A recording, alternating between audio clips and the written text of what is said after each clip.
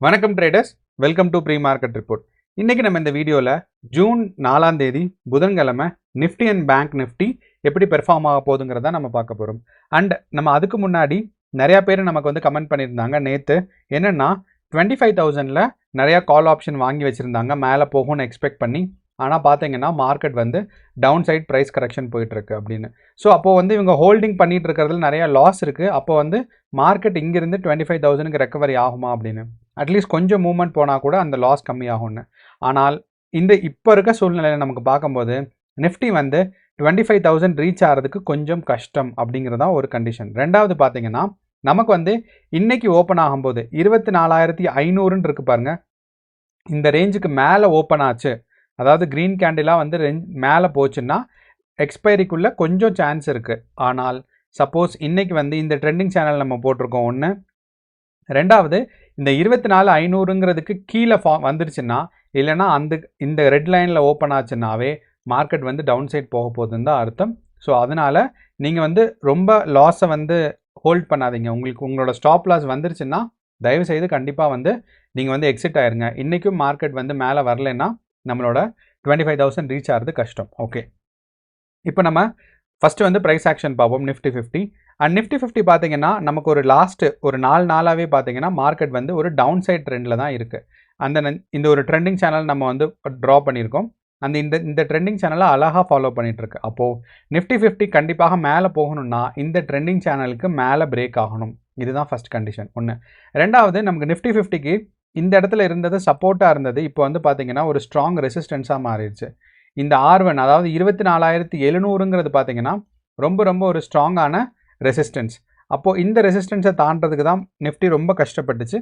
And மறுபடியும் இந்த ரெசிஸ்டன்ஸுக்குள்ளே கீழே வந்துருச்சு. அப்போது நிஃப்டி வந்து பார்த்தீங்கன்னா இந்த R1 24,700 அப்படிங்கிறத தாண்டணும். ஃபஸ்ட்டு வந்து பார்த்தீங்கன்னா இந்த 24,500க்கு மேலே ஒரு பாசிட்டிவாக இருக்கணும். அடுத்து வந்து இந்த முக்கியமான ரெசிஸ்டன்ஸ் இருக்குது பாருங்கள், இதையும் தாண்டணும். இது ரெண்டும் நடந்தால் தான் நிஃப்டி வந்து கண்டிப்பாக 25,000 போகும். ஸோ இப்போதைய நிலைமைக்கு பார்த்தீங்கன்னா ப்ரைஸ் ஆக்ஷனில் நிஃப்டி டவுன் சைட் தான் போயிட்டுருக்கு. அப்போது நமக்கு பார்க்கும்போது நிஃப்டியோட ஃபஸ்ட்டு சப்போர்ட் எங்கே இருந்துச்சுன்னா 24,500. அப்போ இந்த சப்போர்ட்டை பிரேக் ஆச்சுன்னா எது வரைக்கும் போகலாம் அப்படின்னு பார்த்தீங்கன்னா, ஸோ 24,500 இருக்குது. அங்கேருந்து வந்துச்சுன்னா கண்டிப்பாக 24,000 வரைக்கும் போகிறதுக்கான சான்சஸ் இருக்குது. அப்போது நம்ம இங்கேருந்து அடுத்து வச்சோம்னா 24,000. அப்போ நம்ம இன்னொரு லைன் வரைஞ்சி அந்த லைனுக்கு சப்போர்ட் 2ன்னு நம்ம வந்து பேர் கொடுத்துடலாம். அப்போது நிஃப்டி பொறுத்தளவு ஃபஸ்ட்டு சப்போர்ட் எங்கே இருக்குதுன்னு பார்த்தீங்கன்னா நமக்கு வந்து 24,500ல், ரெண்டாவது சப்போர்ட் பார்த்தீங்கன்னா 24,000ல் இருக்குது. ஸோ அப்போது மார்க்கெட் டவுன் சைடு வந்துச்சுன்னா இது வரைக்கும் வரும். ஸோ இதுதான் நிஃப்டி 50யோட ஒரு ஹோல் பிக்சர். ஓகே, அண்ட் நீங்கள் நினைக்கலாம் நம்மளோட ஓப்பன் இன்ட்ரெஸ்ட் டேட்டாவில் பார்த்தீங்கன்னா உங்களுக்கு வந்து கால் ஆப்ஷன்ஸ் நிறையா இருக்கே அப்படின்னு. ஆனால் இந்த கால் ஆப்ஷனோட டோட்டல் பிசிஆர் ரேஷியோ பார்த்தீங்கன்னா 0.6 இருக்குது. நான் ஸ்ட்ரைக் ப்ரைஸை கம்மி பண்ணாலுமே பார்த்தீங்கன்னா இதோட பிசிஆர் ரேஷியோ 0.7 இருக்குது. அப்படின்னா இந்த கால்ஸ் எல்லாம் வந்து ஓவர் பாட் கால்ஸ், அதாவது அளவுக்கு அதிகமாக வாங்கி வச்சுருக்க கால்ஸ்னால தான் இந்த பிசிஆர் ரேஷியோ 7 இருக்குங்கிறனால நீங்கள் இந்த கால்ஸை நம்ம நம்ப முடியாது. ஏன்னா இது வந்து ஒரு ப்ரைஸ்லையும் ஒரு ஸ்ட்ரைக் ப்ரைஸ்லையும் பார்த்தீங்கன்னா நம்பர் ஆஃப் கால் ஆப்ஷன்ஸ் அதிகமாக இருக்குது. அப்படிங்கிறனால ஒரு ஸ்ட்ரைக் ப்ரைஸ் ஒரு 100 பாயிண்ட்ஸ் மூவ்மெண்ட்ஸ் மேலே போனாவே அது வந்து என்ன ஆயிரும்னா ஒரு ஸ்ட்ராங்கான ரெசிஸ்டன்ஸாக பில்ட் பண்ண ஆரம்பிச்சிடும். ஸோ அப்படிங்கிறனால நமக்கு வந்து நிஃப்டி 50 மேலே போகிறதுக்கான வாய்ப்புகள் ரொம்ப கம்மி. அண்ட் ரெசிஸ்டன்ஸ் வந்து 24,700 தான் ஃபஸ்ட்டு ரெசிஸ்டன்ஸ். அண்ட் சப்போர்ட் வந்துச்சுன்னா இந்த 24,500 அங்கேருந்து டவுன்ஃபால் ஆச்சுன்னா மார்க்கெட் வந்து ஒரு 24,000 வரைக்கும் டவுன்ஃபால் ஆகிறதுக்கு சான்சஸ் இருக்குது. இதுதான் நிஃப்டியில். அண்ட் நம்ம பேங்க் நிஃப்டி பார்த்தோம் அப்படின்னா பேங்க் நிஃப்டிக்கு கொஞ்சம் மாறாக இருக்குது. என்ன அப்படின்னா பேங்க் நிஃப்டி இது வரைக்கும் நமக்கு கன்சாலிடேஷன் ஃபேஸில் இருக்கும்போது 56,000க்கும் அதே மாதிரி 55,000க்கும் இந்த ரெண்டு ரேஞ்சுக்குள்ளே கன்சாலிடேஷன் நடந்துகிட்டு இருந்துச்சு. ஆனால் பேங்க் நிஃப்டி இப்போ இருக்கிற நிலமையில் பார்த்தீங்கன்னா நமக்கு வந்து ஒரு பேரிஷ் மூமெண்ட்டாக இல்லை, பட் ஆனால் பார்த்தீங்கன்னா ஒரு கன்சாலிடேஷன் ஃபேஸில் தான் இருக்குது. அந்த கன்சாலிடேஷன் ஃபேஸ் வந்து 56,000க்கும் 55,500க்கும் இருக்குது. ஸோ அப்போது ஒரு 500 பாயிண்ட் கன்சாலிடேஷனாக மாறிடுச்சு. அண்ட் இது நல்ல விஷயம் தான். ஏன்னா கன்சாலிடேஷன் குறைய நமக்கு வந்து லிக்விடிட்டி குறைஞ்சிருச்சு அப்படின்னா மார்க்கெட் வந்து ஏதாவது ஒரு சைட் ட்ரெண்ட் ஆகிறதுக்கான சான்சஸ் இருக்குது. ஸோ ட்ரெண்டிங்னா மேலே தான் எப்பயும் போகணும்னு இல்லை, கீழேயும் வரலாம். ஸோ அது ஞாபகம் வச்சுக்கலாம். அப்போது பேங்க் நிஃப்டியோட ரெசிஸ்டன்ஸ் வந்து 56,000ம் பேங்க் நிஃப்டியோட சப்போர்ட் பார்த்தீங்கன்னா நமக்கு வந்து இதுதான் ஃபஸ்ட்டு சப்போர்ட். அப்படிங்கிறனால 55,500ம். ஸோ இதுதான் நிஃப்டி அண்ட் பேங்க் நிஃப்டியோட சப்போர்ட்ஸ் அண்ட் ரெசிஸ்டன்ஸ் ஒன்று. அண்ட் நமக்கு ஆனால் இப்போ கிஃப்ட் நிஃப்டி இன்றைக்கி காலையில் ஓப்பன் ஆகும்போது 6:30க்கு பார்த்தீங்கன்னா கிஃப்ட் நிஃப்டி கொஞ்சம் பாசிட்டிவாக தான் ஓப்பன் ஆகிருந்திருக்கு ஒன்று. ஆனால் இந்த பாசிட்டிவ்னஸ் பார்த்தீங்கன்னா நேற்று நமக்கு டவுன்ஃபால் இருந்த மாதிரி ஒரு ஸ்ட்ராங்கான ஒரு பாசிட்டிவ் இல்லை.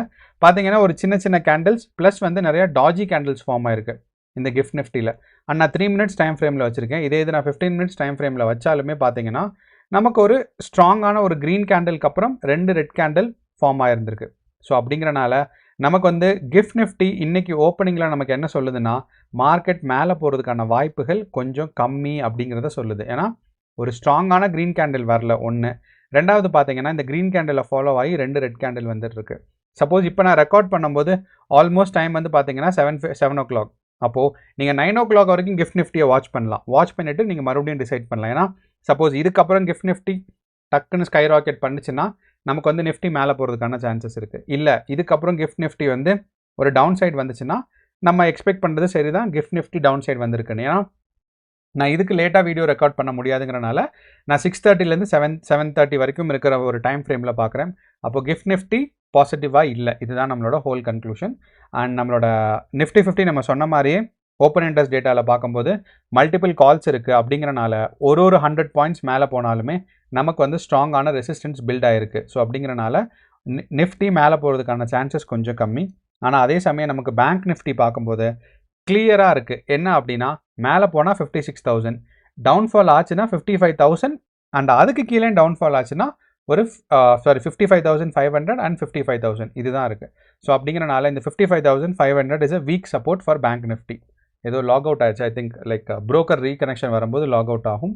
ஓகே, ஸோ அப்படிங்கிறனால Nifty and bank Nifty open interest data இதெல்லாம் வச்சு பார்க்கும்போது நமக்கு வந்து லைக் மார்க்கெட் பாசிட்டிவாக அதாவது புல்லிஷாக இருக்கிறதுக்கு சான்சஸ் இல்லை. ஸோ அப்படிங்கிறனால நீங்கள் வந்து ஷார்ட்டோ இல்லைனா புட்டோ எடுக்கிறதுக்கான ஒரு ஐடியா டெவலப் பண்ணிக்கணும்னு தான் நான் சொல்லுவேன். ஸோ இதுதான் நம்மளோட ஒரு ஓவரால் பிக்சர். அண்ட் நமக்கு ஒரு கமெண்ட் வந்துருந்துச்சு என்னன்னா நிஃப்டியில் ஆல்மோஸ்ட் லைக் 25,000ல் கால் ஆப்ஷன்ஸ் ஹோல்ட் பண்ணியிருக்காங்க. அதே மாதிரி சென்செக்ஸில் கால் ஆப்ஷன் ஹோல்ட் பண்ணியிருக்காங்க. அப்போ இது ரெண்டும் இன்றைக்கி ப்ராஃபிட் ஆகுமா, என்ன நடக்கிறதுக்கு வாய்ப்பு இருக்குது அப்படிங்கிறது தான் அவரோட கேள்வி. ஸோ அப்போ நம்ம இதுக்கு இப்போ பதில் சொல்லலாம். ஸோ இப்போ நான் வந்து மறுபடியும் ரீலாகின் பண்ணிவிட்டேன். நான் வந்து இப்போ ஆப்ஷன் செயின் எடுத்துக்கிறேன். அப்போ ஆப்ஷன் செயினில் நம்மளோட கமெண்ட்டில் சொல்லியிருந்த மாதிரி எவ்வளோனா நமக்கு வந்து நிஃப்டியில் 25,000. ஓகே, ஆவரேஜ் ப்ரைஸ் அவருக்கு ஹோல்ட் பண்ணுறது வந்து 175 அண்ட் ஜூன் 12க்கு எக்ஸ்பைரி, இப்போ இருக்க எக்ஸ்பைரி இல்லை. ஓகே, அண்ட் 25,000 ஜூன் 12னா மேலே போகிறதுக்கான வாய்ப்புகள் கொஞ்சம் இருக்குது. ஆனாலுமே நீங்கள் வந்து ஹோல்ட் பண்ணி ப்ரீமியமாக லாஸ் பண்ணிடக்கூடாது. ஸோ 25,000ல் நமக்கு கால் ஆப்ஷன் பார்த்தோன்னா பயங்கரமான ரெசிஸ்டன்ஸ் இருக்குது தான் 25,000ல். அண்ட் நம்ம ஒரு 3 மினிட்ஸ் கேண்டில் வைக்கலாம். ஓகே, ஆக்சுவலி அவரோட ஆவரேஜ் ப்ரைஸ் எவ்வளோ இருந்துச்சு அப்படின்னா 175 rupees. ஓகே, ஆனால் அவரோட ஆவரேஜ் ப்ரைஸ் வந்து 175 இருந்துச்சு. ஏன் இந்த இது ஆவரேஜ் ப்ரைஸ் 175னா அவர் மேலே வாங்கியிருப்பார், திருப்பி நடுவில் வாங்கியிருப்பார். ஸோ அப்படிங்கிறனால ஒரு ஆவரேஜ் ப்ரைஸ் தான் அவர் சொல்கிறார். ஸோ 175. ஸோ இந்த ஆவரேஜ் ப்ரைஸ்லையும் பார்த்தாலுமே 25,000ஓட கால் ஆப்ஷன் பார்த்தீங்கன்னா பயங்கர லாஸில் இருக்குது. ஸோ அப்படிங்கிறனால எனக்கு தெரிஞ்சு உங்களோட ஸ்டாப் லாஸ் ஹிட் ஆயிடுச்சு. ஏன்னா உங்களோட கேபிட்டல் எவ்வளோ அப்படிங்கிறது தெரியல, அதனால் உங்களோட லாஸை நான் வந்து சொல்ல முடியாது. ஸோ அப்போ உங்களோட ஸ்டாப் லாஸ் ரொம்ப பக்கத்தில் வந்துருச்சு அப்படின்னா இன்றைக்கி மட்டும் மார்னிங் பாருங்கள், மார்க்கெட் மேலே ரெக்கவரி ஆகலைன்னா ஹோல்ட் பண்ணிவிட்டு நீங்கள் வந்து புது பொசிஷன் எடுக்கிறது, செல் பண்ணிவிட்டு புது பொசிஷன் எடுக்கிறது நல்லது.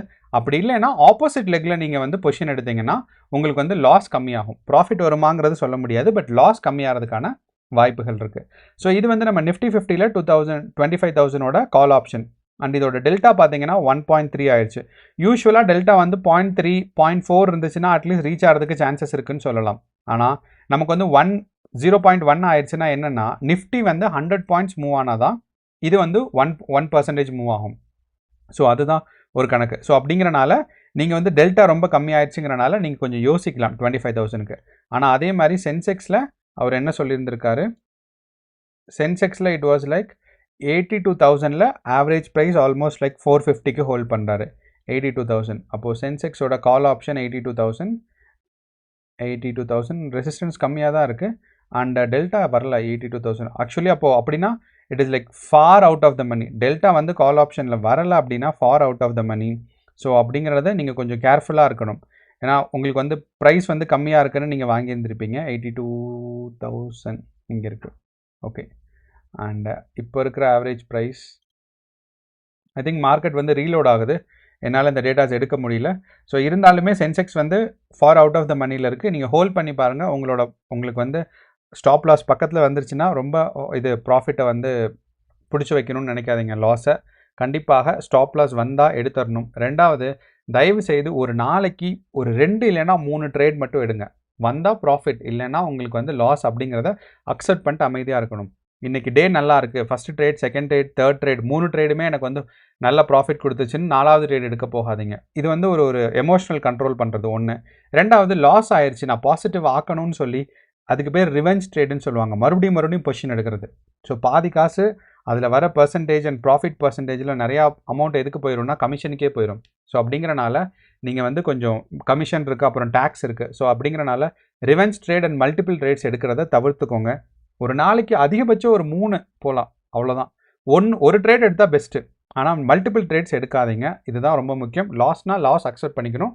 ப்ராஃபிட் வந்தால் கரெக்டாக நம்மளோட டார்கெட் வந்தோடனே ப்ராஃபிட் புக் பண்ணணும். இது ஃபஸ்ட்டு டிசிப்ளின் கண்டிப்பாக நீங்கள் வந்து கடைபிடிக்கணும். ஸோ இதுதான் நம்மளோட ஓவரால் பிக்சர். உங்களுக்கு வேறு ஏதாவது சந்தேகம் இருந்துச்சுன்னா நீங்கள் கமெண்ட் பாக்ஸில் போடுங்க, நான் ரிப்ளை பண்ணுறேன். அண்ட் இன்னையோட ட்ரேடிங் செஷனுக்கு all the best. And for out of the மணியில் எந்த ஒரு ஸ்டாக்லையும் எடுக்காதீங்க. இப்போ இருக்கிற நிலைமை எதுவுமே வந்து ப்ரெடிக்டபிளாக இல்லை. ஸோ அப்படிங்கிறனால கேர்ஃபுல்லாக ட்ரேட் பண்ணுங்கள். All the best. நன்றி, வணக்கம்.